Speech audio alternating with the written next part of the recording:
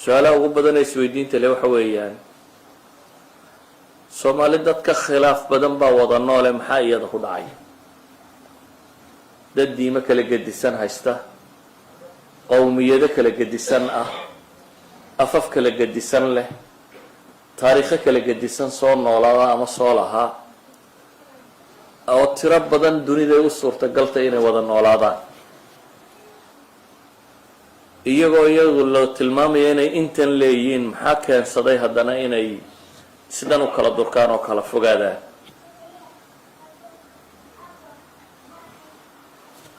soomaali waxaan odhan karnaa waxa ka baaba'day ama ka luntay ummadnimadii ummad iyo dowladdu waa kala nooc dowladii waanay dhici kartaa waana la samayn karaa laakiin ummaddu hadday ka umma u burburto waa wax adag in dib loo amaamudo ummaddu values iyo dhaqan iyo culture iyo diin iyo caqiide iyo soo jireen waxbay ku salaysan ummaddu ma aha group siyaasi iyo kuraasi isku haya ama boosas kala riixanaya ma aha ummad tas waa xukuumad iyo dowlad laakiin ummadda haddii jiritaankuba ka lumo waxay qiimeynaysaa uu burburo waxay haysatay uu burburo waxay xeerinaysay uu ka lumo waa wax adag in dib loo nooleeya ummad baa dowladnimo ay wadaagto isku darsata waana la arkaa bini aadamku inta badan markuu wax isku darsado inuu isku xadgudgubi karo waa wax min طabci اlbashar ka mid a waina kaiira min alkhulaطaa'i layabغi bacduhum calىa bacdin baa ilahay leeyahy ila aladiina aamanuu dadka wax isku darsaday in badanoo ka mid way isku xadgudbaan waa macquul in tanaasuc dhaco waa min fiطraة اlinsaan walaa tanaasacuu baa ilaahay yidhi hadoodina amurmina ha isqabanina haddana waxaa la yidhi fain tanaasactum fi shayin waayo waa laabud insaanka qayb ka mid in masaalixdooda ama iskhilaafto ama aaraadoodu iskhilaafto aaraada bini aadamkuna siday u kala gedisantahay waxay ku salaysantahay sida wejigeenu u kala gedisan yahay qofna qof wejigiisu ma eka basmada suulkaagu qofna qof lama suul aha ishaadu qofna qof lama ilaha insaanku liwaxdihi baa qof waliba caalam gaara yahay dad wan kobiye ma jiro dad hal qof oo lasoo celceliyaya ma jiro bale bini aadamnimadaba ma horu marteen haddii qof lasoo celceliyay dadku u noqdo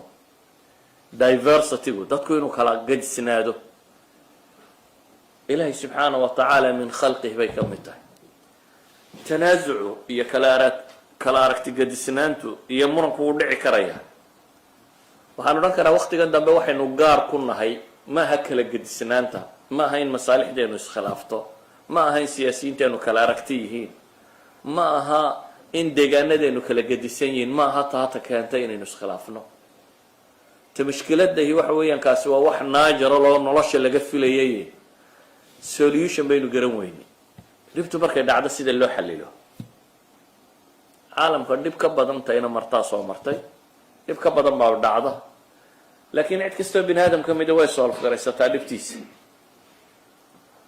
haddaan diinta dib ugu noqonno rabbi subxaana wa tacaala 3 dariiqo ayuu inoo soo dejiyey oo mushkilaadka lagu xalilo bini aadamka caadiga ahina 3daa wuu fahmay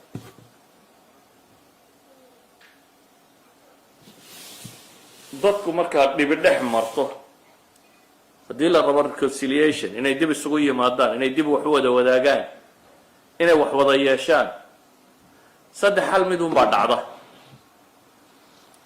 in qayb dadka ka mid ay tanaasusho oo forgiveness ay la yimaadaan xuquuqda iyagoo ay lahaayeen inay ka tanaasulaan si wanaag uu sii socdo ama bulshadu inay compromise samayso in laysu soo dhowaado oo qofba wax ka tanaasulo dabeetana meel dhexa la isugu yimaado ama in la xukuntamo oo dadku uu xukun ku kala baxo la garamo oo garto ay cid un raacdo bini aadamku 3daa dariiqo midunbu ku kala baxaa dadka wax wada lihi mushkilada dhex timaada 3dan midun bay ku xalilaan haddaad 3daba diiddo waa weligeen aan isu sudhnaano waxaa laga yaabaa inaad ka fikeraysaan dadka iska sudan ama dadka meelaha jooga inay canaananayaan siyaasiyiin ama dad waddankii jooga ama kuwa ma aha. waa soomaali meel ay kasto ay joogtaba, kuwaasi wax ma haystaan, laakiin kuwa beriska haystaa ugu khilaaf badan. qoladayna yurub joogtee ama xoogsata ama dawladu wax siiyaan, intaasoo jaaliyadood, intaasoo masaajid, intaasoo urur, intaasoo wax oo mid walba la isku qabsado la kala tegay, iyadoo duruufaha iyo danta ay minority group aada u liita yihiin oo u baahnaa inay cududoodu midowdo oo ay jirto. waxa kan kala kaxeeyo ma kaana kala kaxeeyay. haddii kii beriska haystay uu midoobi kari waayo, ku gaajaysan ama berisku ka maqan yahay, inuu hore u midoobo waa logic inaad odhan karta kaasi waa inuu kasii dambeeya. idan soomaali xanuunkan ku dhacay, xanuunkani cidna ma dhaafin.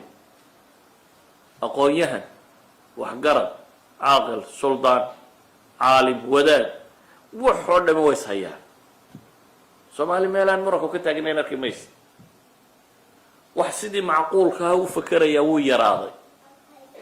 hadduu yaraado ay ka bataan inta sida hayru macquulka u fakeraysaana way sii adkaanaysaa, ummadduna ay burbur ku jirto. walidaalika anigu waxaan rabaa saddexda dariiqo ee shareecadu inoo jidaysay inaan midba dhowreeray uu ka idhaahdo. dariiqada koowaad, nabiyullaahi moxamed calayhi salaatu wasalaam ayaa tusaale inoo ah. haddaynu isaga noloshiisii eegno, nebi moxamed waxaa la isku dayay in la dilo siyaabo kala gedisan.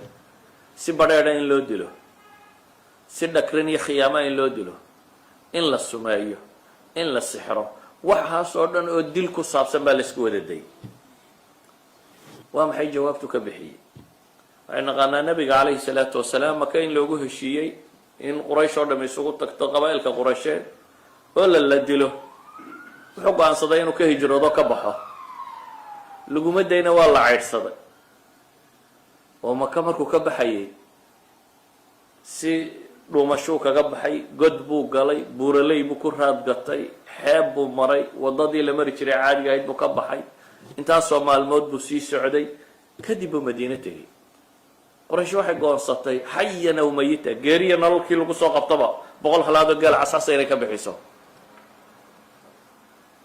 muddo markii dagaaladaasi socdeenna nebi moxamed isagoo 8,000 oo ciidana wata buu soo galay magaalada la yidhaahdo maka. wuu ka xoog batay nimankii, ayuu soo galay. waa goorma? waa 21 sannadood kadib markii la isayey. maka maalintu kusoo noqday 13 sannadood maka gudaheeda lagu hayo oo lagu maagayay. maalintu ka tegay 13 sannadood buu joogay. 6 sannadood oo dambaa haddana lagaga daba tegay oo madiine weerarka lagu hayay. kadib ayaa heshiis yaroo kooban la galay. heshiiskii bay haddana buriyeen 2 sano markuu soconayay. 21 sannadood kadib buu weerar ku soo galay magaalada maka ah isagoo wata 8,000 oo askari, 8,000 oo ciidan isagoo wata. wuu ka xoog batay. wuxuu yihi maxaa filaysaa? waa nimankii inuu kaajo iyo inuu joogaba u diiday, waana isku diinahayn oo gaalo ah oo waxaa 20 sannadood la ishayay. waxay idhahdeen akhun kariim wabna akhun kariim wakada wakada. waxay sheegeen nin fiican oo inaad arkayo dhalay oo caynkan oo kana baa tahay. wuxuu ku yidhi iska taga, xor baa tiini, idhabuu fa antum طulaqaa, sida riwaayaat siira ay soo sheegaan, ama laa tatriba calaykum alyawm, riwaayat alxadiid qaar ka mid ay tilmaamaan. iska taga buu ku yidhi, canaani korkiina ma aha. nabi moxamed calayhi salaatu wasalaam waxaa la isku dayay isagoo ciidan wata oo ka soo noqday goob ay u dagaal tageen ayay meel dooxa a degeen. dooxadii baa dhirta dadku kala harhsaday, geed hadhle baa nebiga looga tegay calayhi salaatu wasalaam.